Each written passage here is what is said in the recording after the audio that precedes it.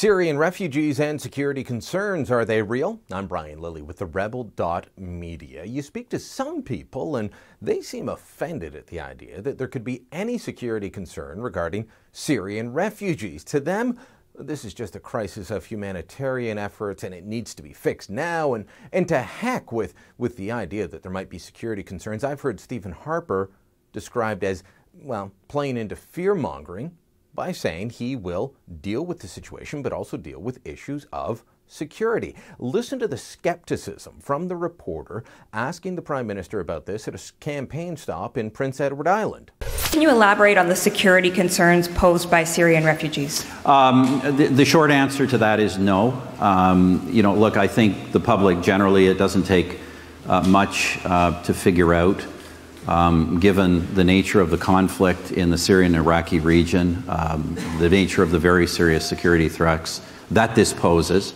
Think about this for a minute. That question was posed by a reporter who obviously follows the news, knows that there has been an ongoing civil war where there's no good side in the Syrian civil war. Let's face it. In Iraq, where you've got ISIS fighting against the Kurds, against the Iraqi army, there is a good side. I would say the Kurds are definitely on the good side. There's no good side to choose from in the Syrian civil war. Even bringing in members of the Free Syrian Army could expose Canada to harboring war criminals because of some of the acts that these groups have committed. So there are security concerns. That is clear. But the reporter just, they're skeptical, probably because they're on the same side as Tom Mulcair, who says that Stephen Harper is using the security issue as a reason not to act. You can't allow that to be an excuse for inaction, and that's exactly what Stephen Harper is doing. He's using that as an excuse for inaction. Canada can and should be doing its fair share as requested by the United Nations. All countries are going to have to deal with these security issues. So is there a security concern or not? Well, look, I am no fan of the Obama administration. They are far left-wing liberal Democrats. They make the NDP look like right-wingers at times.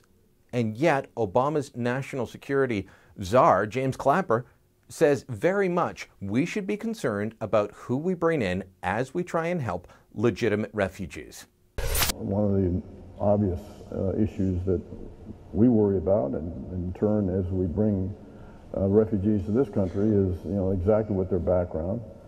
We don't obviously put it past the likes of ISIL to infiltrate operatives among these refugees. So that is a huge concern of ours. Okay, so a couple of points here. Let's remember there's a difference between those people that claim they're refugees and are showing up by boat in Europe and those who are in refugee camps, registered with the United Nations and going through a legitimate process. 72% of the people showing up in Europe by boat, well, they're men. 72% are men. Does that seem like an equal distribution? And if you look at the pictures that continue to show up in the newscast, they tend to be young fighting age men. Younger than me. I'm middle-aged and these guys are younger than me, and they're showing up in Europe saying, let me in. In no way is that representative of the population of Syria. The real refugees are in the camps, and as much as I may have a distaste for the United Nations, this is an area where the organization works. Canada is the second highest for bringing in or allowing in United Nations refugees. Second highest in the world. Now, when people say, no, we fall into 15th, that's in accepting whoever shows up at your door. And right now, who's showing up at the doors of Europe? Fighting age men fleeing Syria. Not women, not children, not families, young fighting age men. Is there a security concern in that? Absolutely. But the only way that you don't see it is if you are so woolly-eyed that you just say, well, it's a humanitarian crisis, we've got to help them. ISIS has made clear that they plan on sending fighters any way they can. They will hide their fighters among legitimate refugees and send them into Western countries who are willing to open their borders without concern. You can act and help people that are in need, the real refugees, people that are actually facing desperate times. But just opening up your borders and not worrying about who shows up, that is a recipe for disaster.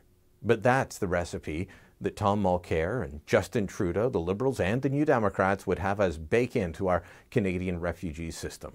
It's a fool's game, and one that we shouldn't be playing.